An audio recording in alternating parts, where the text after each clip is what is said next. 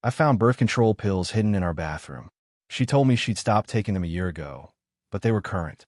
What I uncovered next went far beyond an affair. Some betrayals cut deeper than you can imagine. My name is Brian Carter. I'm 45 years old, and I work as a senior IT project manager for a tech firm in Seattle. It's demanding work. Conference calls with offshore teams at ungodly hours, project deadlines that don't care about your personal life, late nights troubleshooting when everything goes sideways. The pay is solid, around $120,000 a year, and it's allowed us to live comfortably in a nice neighborhood in Redmond. My wife, Kristen, is 38, works in marketing at a mid-sized agency downtown. She's smart, ambitious, always had that drive to climb higher. We have 2 kids, Brooke, my 16-year-old stepdaughter from Kristen's previous relationship, and Samuel, our 2-year-old son. Mrs. Gloria Williams, our 58-year-old nanny, has been helping us with Samuel since he was born. Gloria has been a steady presence in our lives, and I trusted her completely. It was a Thursday evening in October when everything started to unravel. I'd gotten home early for once, a rare gift in my line of work. A deployment that was supposed to take all evening wrapped up by 4, and I found myself with unexpected free time. Kristen had texted me around 3, saying she had a last-minute presentation to finalize and wouldn't be home until 8. Nothing unusual there. Over the past year, those late nights had become more frequent, but I chalked it up to her climbing the corporate ladder. She'd always been ambitious, always pushing for the next promotion.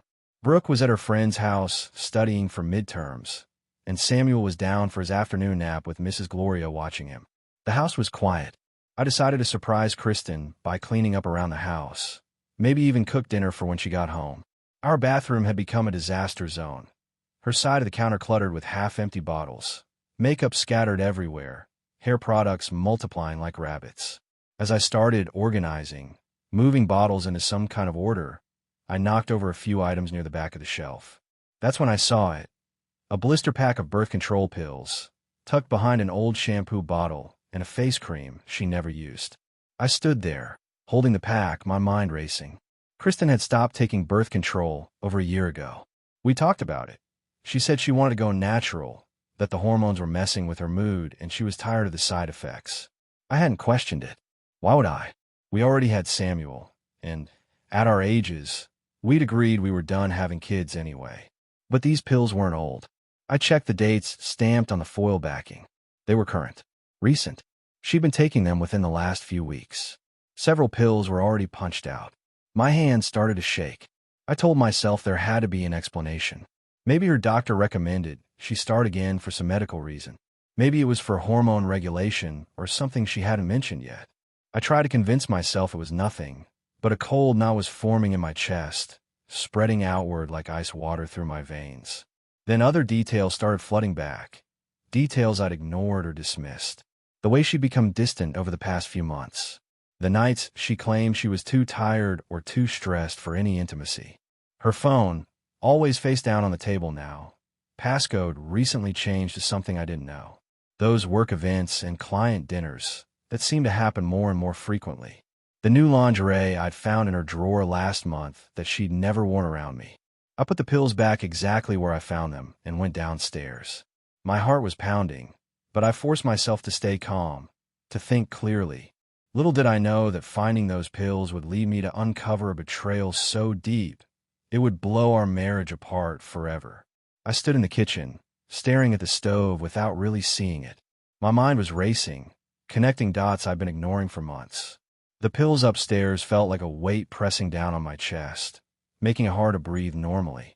I forced myself to move, to do something productive while I waited for Kristen to come home.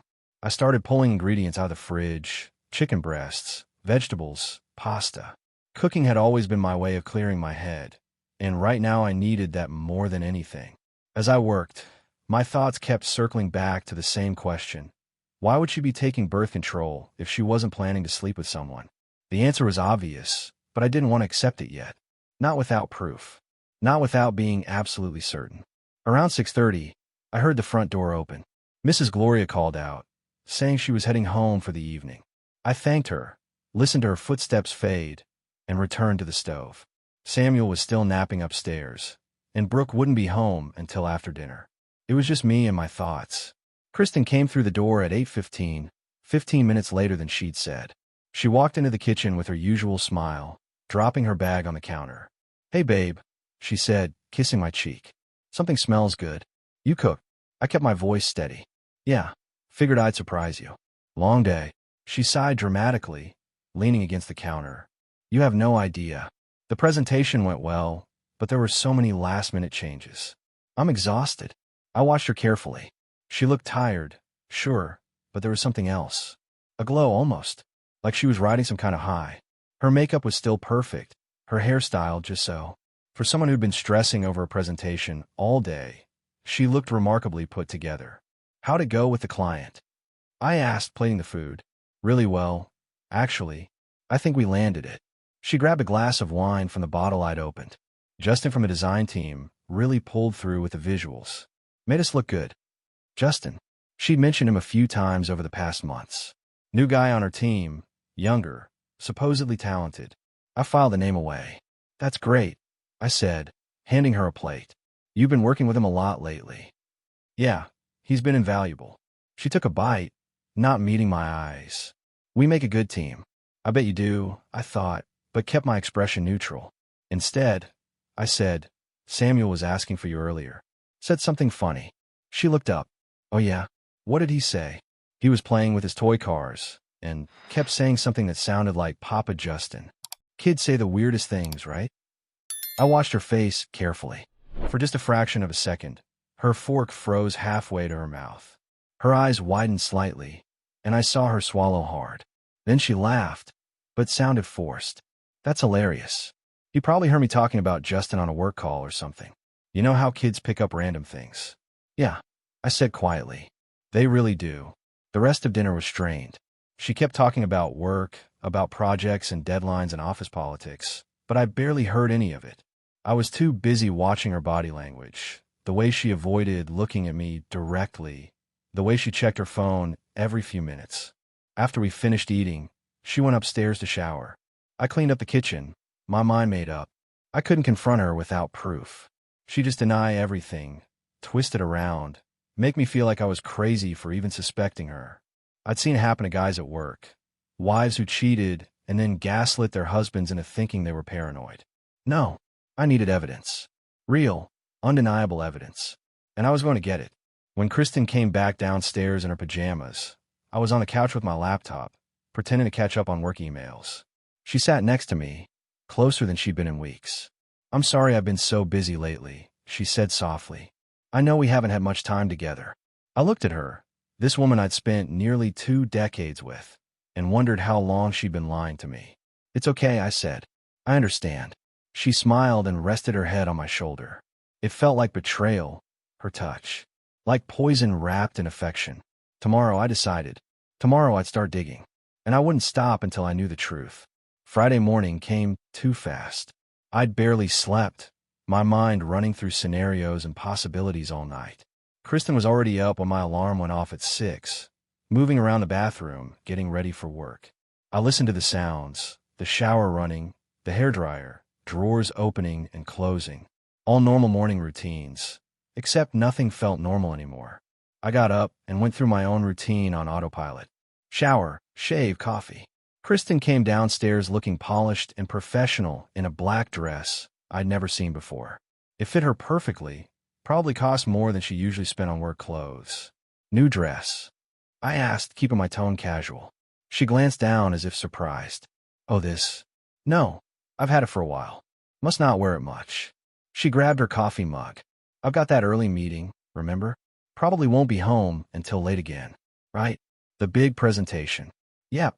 She kissed my cheek, a habit that now felt like performance art. "Have a good day." I watched her leave, waiting until her car pulled out of the driveway. Then I called my boss and told him I was taking a personal day, something I rarely did. He didn't question it.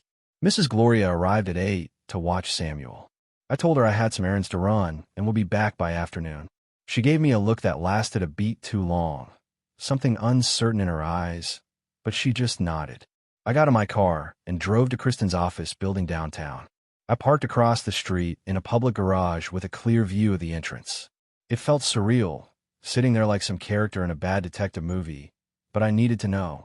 Around 9:30, I saw her. She came out the front entrance, not alone. A man walked beside her, tall, probably early 30s, wearing expensive-looking casual clothes that didn't quite fit the corporate environment. They weren't touching, but there was something in the way they moved together, a familiarity that made my chest tighten. They got into her car. She was driving. I followed at a distance, careful to stay back a few cars. They headed north, away from downtown, toward a neighborhood full of trendy restaurants and coffee shops. She pulled into a parking lot behind a boutique hotel I'd never noticed before. My hands gripped the steering wheel so hard my knuckles went white. I watched them get out of the car. Justin, because I knew that's who this had to be, put his hand on the small of her back as they walked toward the entrance. She didn't pull away. She leaned into it. I sat there for maybe 5 minutes, my heart pounding in my ears. Then I grabbed my phone and started taking pictures. The car in the parking lot. The hotel entrance. I even got a shot of them through the lobby windows, standing close together at the check-in desk. This was real. This was actually happening. I could have stormed in there. Part of me wanted to. But that's not how you win. That's how you lose control, make yourself look like the bad guy, give her ammunition to use against you later. No, I needed to be smart about this. I drove home, my mind clear for the first time in days. The shock had burned away, leaving something cold and focused in its place. I wasn't going to confront her yet. I was going to build a case so airtight she couldn't wiggle out of it. When I got home, Mrs. Gloria was in the kitchen with Samuel. She looked up when I walked in, and I saw it again. That look of concern, like she knew something but was afraid to say it. Mrs. Gloria, I said quietly. Can we talk? Mrs. Gloria stiffened, her hands pausing over the sandwich she was making for Samuel. For a moment, she didn't turn around, and I could see the tension in her shoulders. Mr. Carter, she said finally, her voice careful. What about? I pulled out a chair at the kitchen table. Please, sit down. She hesitated, then wiped her hands on a towel and sat across from me. Samuel was in the living room, distracted by his cartoons. We had a few minutes of privacy. I need you to be honest with me, I said, keeping my voice low and steady. Have you seen anything unusual around here? Anything I should know about? Her eyes dropped to the table. She was 58 years old, had worked for us since Samuel was born, and I'd always treated her with respect. But right now, I could see her struggling with something. Mrs. Gloria, please. I already know something's going on. I just need to understand the full picture. She took a shaky breath, and when she looked up, there were tears in her eyes. Mr. Carter, I'm so sorry. I should have said something months ago, but her voice broke. I was scared. Mrs. Carter said she'd fire me if I told you anything. And I need this job, you understand? My husband's medical bills. I understand, I said gently. I'm not angry at you. I just need to know what you've seen. She nodded, wiping her eyes with the back of her hand. There's been a man, Justin. He started coming here during the day, back in June. At first, I thought maybe he was a colleague, you know? They'd sit in the office, working on laptops. But then what? Then they stopped pretending it was work. Her voice was barely above a whisper. I'd hear them in the bedroom. I'd see them coming downstairs together, her hair messed up, both of them too comfortable with each other. And Samuel, she looked toward the living room where my son was playing. Samuel started calling him Papa. Mrs. Carter would laugh about it, tell him it was funny, encourage it almost. The words hit me like physical blows, but I kept my expression neutral. How often did he come here? 2, maybe 3 times a week. Always when you were at work. Always during Samuel's nap time. She wrung her hands. I should have told you. I know I should have. But she said if I said anything, she'd tell people I was stealing from the house. That she'd make sure I never worked in this city again. I reached across the table and put my hand over hers. Mrs. Gloria, you're not in trouble. And you're not losing your job. I need you to do something for me, though. She looked up, hopeful and frightened at the same time. I need you to write down everything you remember. Dates, times, anything specific they said or did. Can you do that? She nodded slowly. Yes, I can do that. Good. I stood up, feeling that cold clarity settle even deeper. And Mrs. Gloria, when this is over, you'll still have a job. I promise you that. She started crying again, but this time it was relief. Thank you, Mr. Carter. Thank you. I went upstairs to my home office and closed the door. I pulled out a notebook and started documenting everything. The pills, the photos from today, Mrs. Gloria's testimony. I opened a new email account that Kristen didn't know about and started forwarding myself copies of everything. Then I did something I never thought I'd do. I called a divorce attorney. The woman who answered was professional and direct. I explained the situation in broad strokes: suspected infidelity, evidence gathering, need for discretion. She listened without interrupting. "Mr. Carter," she said when I finished, "I'm going to be straight with you. Washington is a no-fault divorce state, so the adultery itself won't affect the legal outcome much. But what it will affect is custody and potentially spousal support, if we can prove she's been using marital assets to support this affair. She has been," I said, "thinking about that hotel, those lunches, the new clothes." "Good. Keep gathering evidence. Financial records, especially. And whatever your nanny can document will be valuable for custody discussions. Don't confront your wife yet. Not until we have everything lined up." "I won't," I said. When I hung up, I sat back in my chair and stared at the ceiling. 24 hours ago, I'd been a husband trying to make sense of suspicious birth control pills. Now I was planning the end of my marriage with military precision. But I wasn't sad anymore. I was angry. And I was going to make sure that when this was over, Kristen understood exactly what she'd thrown away. The weekend passed in a blur of gathering evidence and careful planning. Mrs. Gloria provided me with detailed written testimony, dates, times, descriptions of what she'd witnessed. My attorney advised me to document everything before confronting Kristen, to wait until I had an airtight case. But Monday evening, something broke inside me. I couldn't keep playing this game, pretending everything was normal, while she came home smelling like hotel soap and lies. She walked through the door at 8:30, later than promised as usual. Brooke was upstairs doing homework, and Samuel was already asleep. Mrs. Gloria had left an hour earlier. It was just us. "Hey," Kristen said, setting down her bag. "Sorry I'm late." The client had last-minute changes. I was sitting at the dining table, my laptop open in front of me. Next to it was a folder containing everything: photos, phone records I'd subpoenaed through my attorney, Mrs. Gloria's written statement, credit card receipts showing hotel charges and expensive lunches. "Come here," I said, my voice calm. "We need to talk." She must have heard something in my tone because she froze. "About what?" "About Justin. About where you were Friday morning. About the hotel in Belltown, where you've been spending my money to have an affair." The color drained from her face. For a moment, she just stood there, mouth opening and closing like she was trying to find words that wouldn't come. "Brian, don't." I held up my hand. "Don't insult me by lying. I have photos. I have testimony from Mrs. Gloria. I have phone records showing hundreds of texts and calls between you two over the past 8 months." I pushed the folder across the table. "It's all right here." She moved closer, her hands shaking as she opened the folder. I watched her face as she flipped through the pages, saw the moment she realized there was no way out of this. "How long have you known?" she whispered. "Since Thursday, when I found your birth control pills." I leaned back, keeping my voice steady. "The pills you've been taking behind my back. Because you've been sleeping with him." She closed the folder and sank into a chair across from me. "Brian, please. Let me explain." "Explain what?" "How you've been bringing him into our house. How you've let our son call him Papa. How you've been stealing from Samuel's college fund to finance this."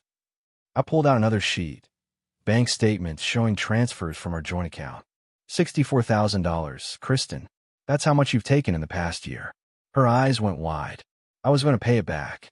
"With what?" "Your salary that barely covers your shopping habit." I felt the anger finally breaking through my controlled exterior. "You've been planning this divorce for months, haven't you? I found the emails to your attorney.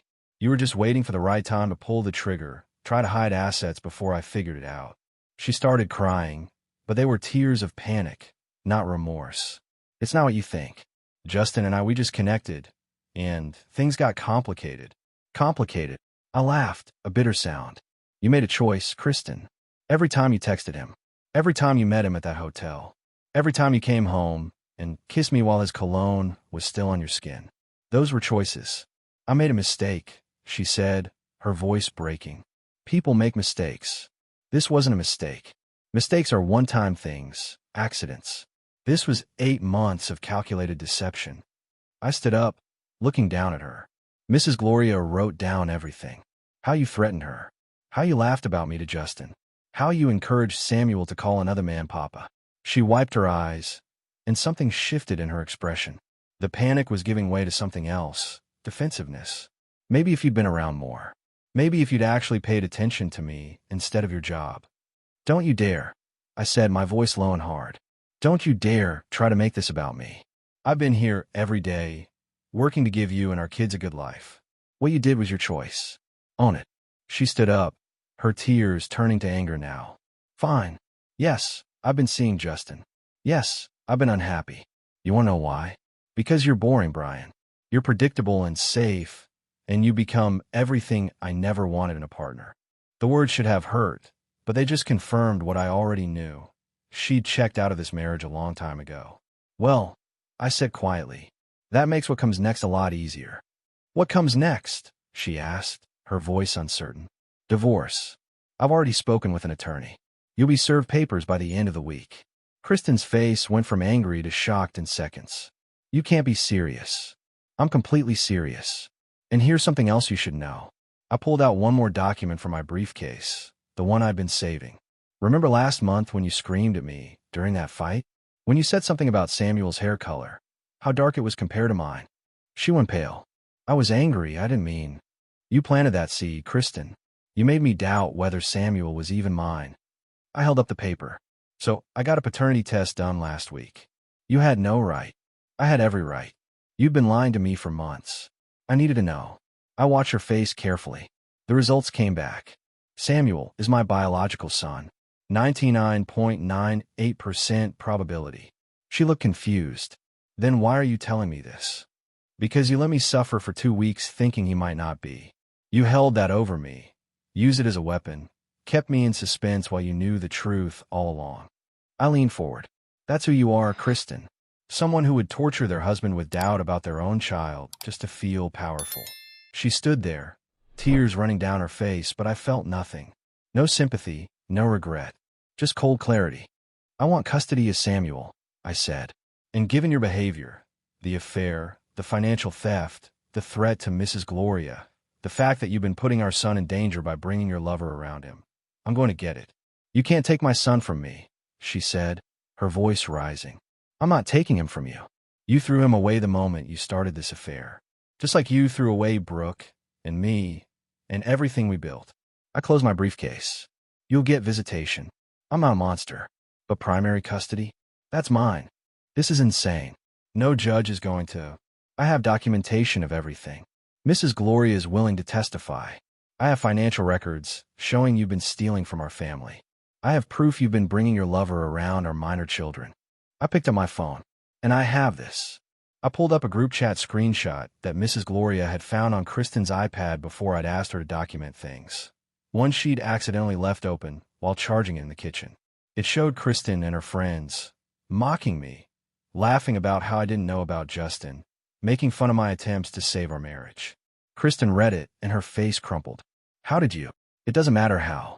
What matters is that every friend, every family member, every person who thought you were this perfect wife and mother is going to see who you really are. I headed toward the stairs. I'm sleeping in the guest room. I suggest you find somewhere else to be tomorrow.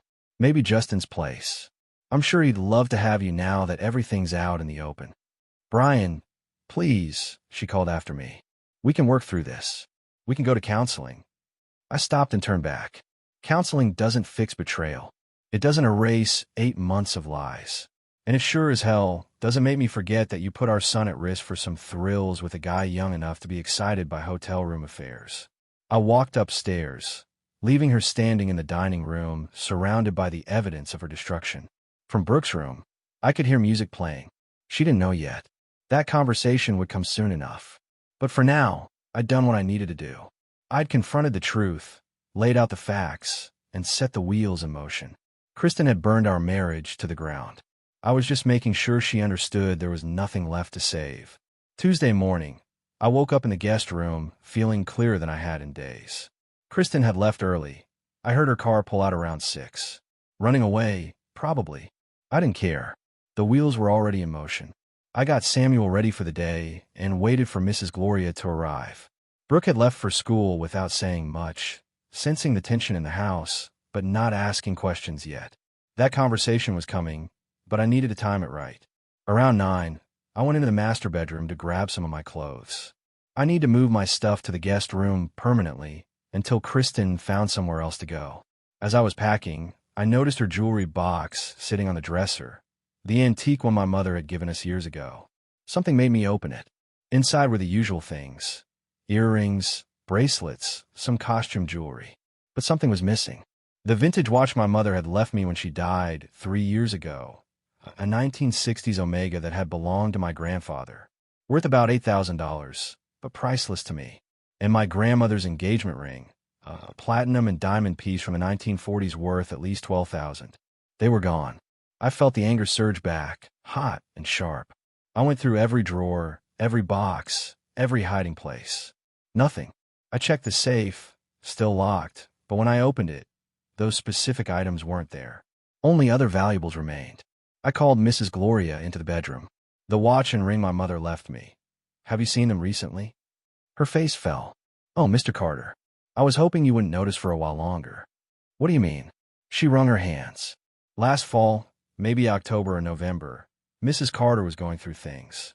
She asked me about those pieces, said she was thinking about getting them appraised. A few days later, I saw her packaging them up. She told me she was sending them for cleaning, but she never brought them back. Mrs. Gloria shook her head. I'm so sorry. I should have said something, but I didn't think. I assumed she'd get them back eventually. I pulled out my phone and did a quick search. Found my mother's watch listed on eBay, sold 8 months ago for $7,800. The listing showed photos that were definitely my watch. I recognized a tiny scratch on the case. My hand shook as I searched for the ring. Found it on a vintage jewelry site. Sold 7 months ago for $11,500. $19,000. She'd sold my mother's legacy for $19,000. I sat down heavily on the bed, the phone still in my hand. Mrs. Gloria put a gentle hand on my shoulder. She told you they were for cleaning, I said quietly. When did she do this? Right around when Mr. Justin started coming around more frequently, Mrs. Gloria said. I remember because she seemed excited about something, kept checking her phone and smiling. The money had gone to fund the affair. My mother's watch, my grandmother's ring, family heirlooms that should have gone to Samuel someday, sold to pay for hotel rooms and romantic dinners with her lover. I called my attorney immediately. Brian, she answered. What's happened? I told her everything. The missing heirlooms, the eBay listings, the timeline that matched the affair. My attorney was quiet for a moment. Then I heard the sound of typing. This is good for us, she said finally. Conversion of separate property, sold without your consent. This is theft, Brian. We can use this in the divorce proceedings and possibly even file criminal charges. I want her to pay for this, I said, my voice steady but cold. Not just financially. I want everyone to know what she did. We'll make sure of it. Forward me those listings and any documentation you have. And Brian, start documenting everything else she might have taken. Check your accounts, your possessions. If she stole this, she might have taken more. I spent the rest of the morning going through everything. Found more missing items. My father's coin collection, worth maybe $3,000. Some of my grandmother's jewelry that Kristen had accessed. Even some tools from my garage that had belonged to my dad. She'd been systematically stripping our home of anything valuable that connected to my family, selling it piece by piece to fund her secret life. By afternoon, I had a list worth over $30,000 in stolen property. When Kristen came home that evening, I was waiting in the living room. Mrs. Gloria had taken Samuel to the park, giving us privacy. We need to talk about my mother's watch, I said. Her face went pale. What about it? I held up my phone, showing her the eBay listing. You sold it 8 months ago for $7,800, along with my grandmother's ring and a dozen other family heirlooms. She opened her mouth, then closed it. No excuse this time, just guilt written across her face. That money went straight to Justin, didn't it? I stood up, moving closer. My mother's watch paid for your affair. My grandmother's ring bought him presents. My father's collection funded your hotel stays. I was going to buy them back. Liar. The word came out sharp and final. You never intended to get them back. You didn't care what they meant to me, to our family. You just saw dollar signs. Tears started running down her face, but but I felt nothing. No sympathy, no regret. My attorney's adding this to the divorce filing, I said, along with criminal charges for theft and conversion of separate property. You're going to pay back every penny, Kristen, with interest. Wednesday morning brought the moment I'd been dreading, telling Brooke. She'd been quiet since Monday, watching me and her mother move around each other like strangers. She was 16, not stupid. She knew something was wrong. I found her in her room before school, sitting on her bed with her backpack beside her. Can we talk? I asked from the doorway. She looked up, and I saw fear in her eyes. Are you and Mom getting divorced? I came in and sat on the edge of her bed. Yes, we are. Because she cheated. It wasn't a question. I looked at her, surprised. How did you know? Brooke's eyes filled with tears. I've known for months, Brian. Since last summer. I saw her with him at the mall. They were holding hands, laughing. I didn't know what to do. The use of my first name, something she only did when she was really emotional, hit me hard. Why didn't you tell me? Because I was scared. The tears spilled over now. Mom said, she told me that if I told you, it would destroy our family. That you'd be so angry you'd leave both of us. She said I'd have to choose between you, and I didn't want to choose. I felt rage build in my chest, but I kept my voice calm for Brooke's sake. Your mother manipulated you. She made you carry this secret to protect herself, not to protect our family. I'm so sorry, Brooke sobbed. I should have told you. I wanted so many times, but I was so scared. I pulled her into a hug. This is not your fault. None of this is your fault. Your mother put you in an impossible position. She cried against my shoulder for several minutes. When she finally pulled back, her face was red and blotchy. I found something else, she said quietly. She reached under her pillow and pulled out a folded piece of paper. Mom left this on the kitchen counter last week. I think she meant to throw it away, but I found it in the recycling. I unfolded the paper. It was a letter from a family law attorney, dated 9 months ago, outlining Kristen's options for divorce, estimated asset division, and custody arrangements. There were notes in Kristen's handwriting in the margins. Wait until after bonus. Transfer savings first. Need 6 months to prepare. She'd been planning this since January. 10 months of methodical preparation to leave me, all while pretending everything was fine. There's more, Brooke said. She pulled out her phone and showed me screenshots. She has this group chat with her friends. They talk about Justin, about you, about everything. I found it on her iPad a few months ago when I borrowed it for homework. The screenshots showed exactly what Mrs. Gloria had found. Messages mocking me, laughing about how oblivious I was, discussing strategy for the divorce. But there were more messages I hadn't seen before. Ones where Kristen complained about Brooke too. She thinks I'm in the way, Brooke said, her voice breaking again. She wrote that she wished she didn't have to deal with a teenager during her fresh start. That I was too much like my biological dad, whoever that is. The cruelty of it stunned me. Brooke, listen to me. You are not in the way. You are my daughter. Not biologically, but in every way that matters. She looked up at me, hope and pain mixing in her expression. Really, really. And when this divorce is final, I'm going to ask if you want me to officially adopt you. If you're okay with that. Fresh tears started, but these seem different. You do that. In a heartbeat. You've been my kid since you were 6 years old. That's not changing just because your mother and I are splitting up. She threw her arms around me, hugging me tight. I want to live with you. Not her. I want to stay with you and Samuel. We'll make that happen, I promised. You're old enough that the court will listen to your preference. After Brooke left for school, I forwarded everything she'd given me to my attorney. Each new piece of evidence was another nail in Kristen's coffin. Around noon, my attorney called back. Brian, this is all excellent documentation. With Brooke's testimony, Mrs. Gloria's statement, the financial theft, and the planning documents, we have an incredibly strong case. I'm confident we'll get primary custody of Samuel, and given Brooke's age and preference, she can choose to live with you too. What about the affair? The stolen property? Washington is no fault for the divorce itself, but the theft changes things. We can pursue criminal charges separately if you want. As for custody, the affair shows poor judgment, especially bringing the paramour around minor children. Combined with the financial impropriety, it paints a picture of someone who put her desires above her family's welfare. Do it, I said. All of it. I want her to face consequences. Understood. The papers will be served tomorrow at her office. Are you prepared for her reaction? I thought about my mother's watch, about Brooke's tears, about Samuel calling another man Papa, about 10 months of calculated deception. I'm prepared, I said.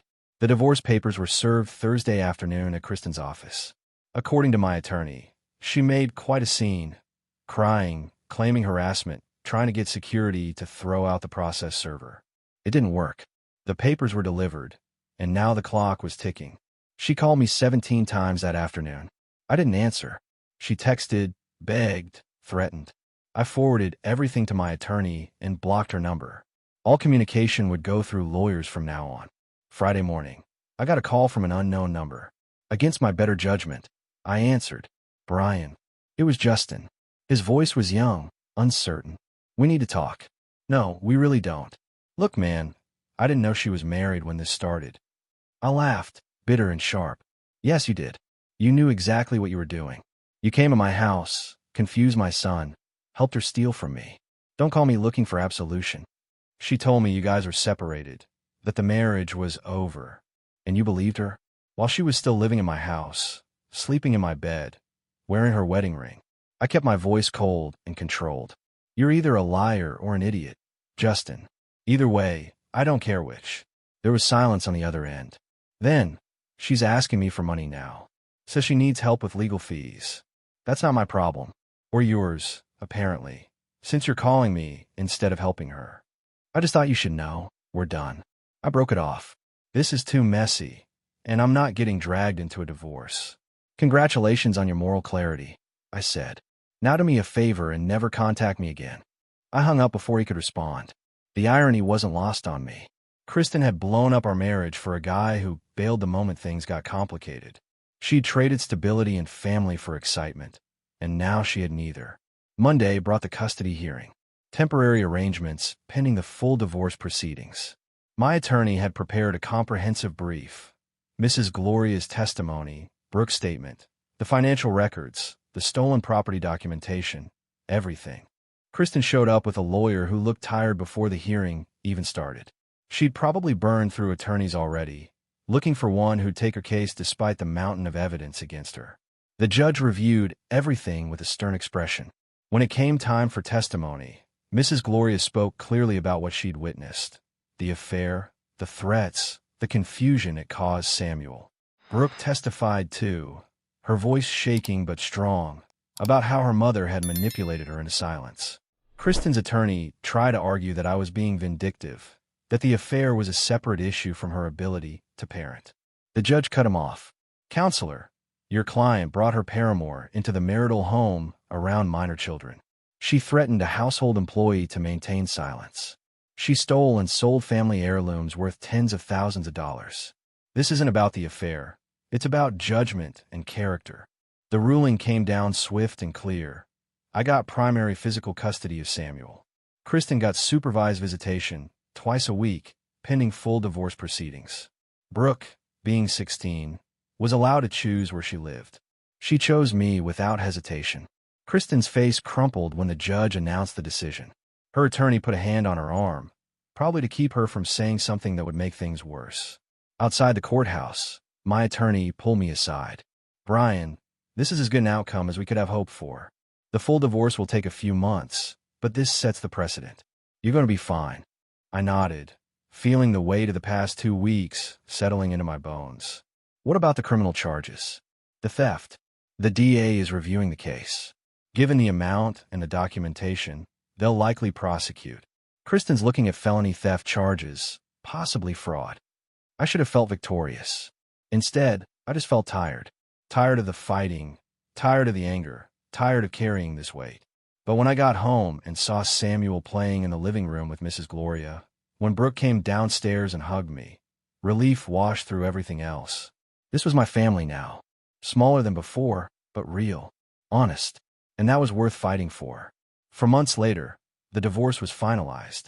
Kristen got minimal assets. The court ruled that her theft and financial deception warranted an unequal division. I kept the house, the majority of our savings, and primary custody of Samuel. She got her car, some personal belongings, and supervised visitation. The criminal charges moved forward too. Kristen pled guilty to felony theft to avoid trial.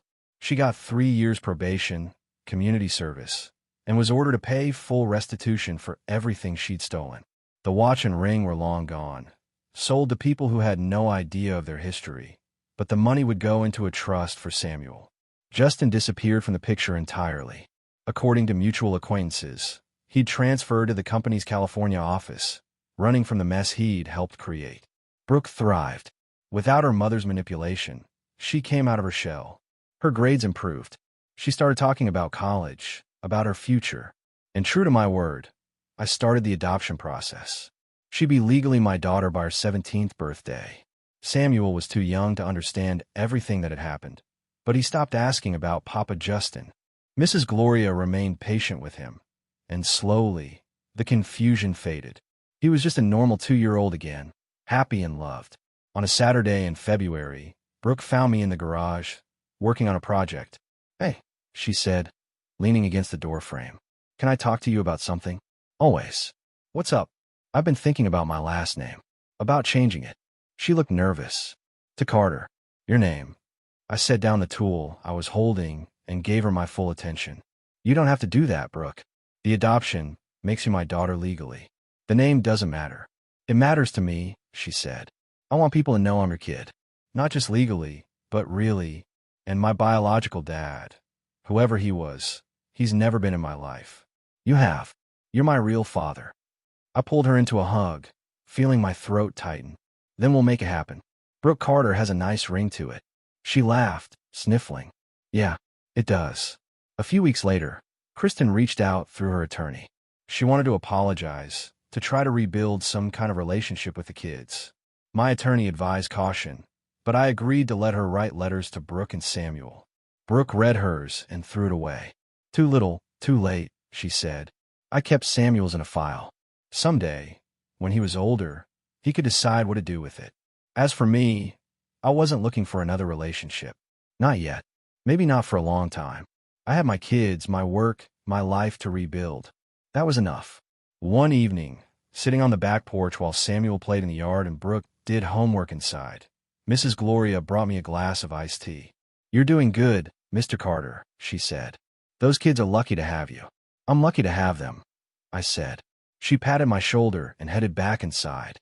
I sat there watching Samuel chase butterflies, listening to music drift from Brooke's open window, and felt something I hadn't felt in months. Peace. Kristen had tried to destroy what we'd built.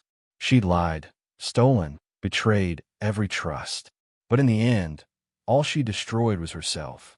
The family I had now, smaller, harder one, was stronger than what we'd had before, because it was built on truth, on people who chose to be here, who fought to stay together. And that made all the difference.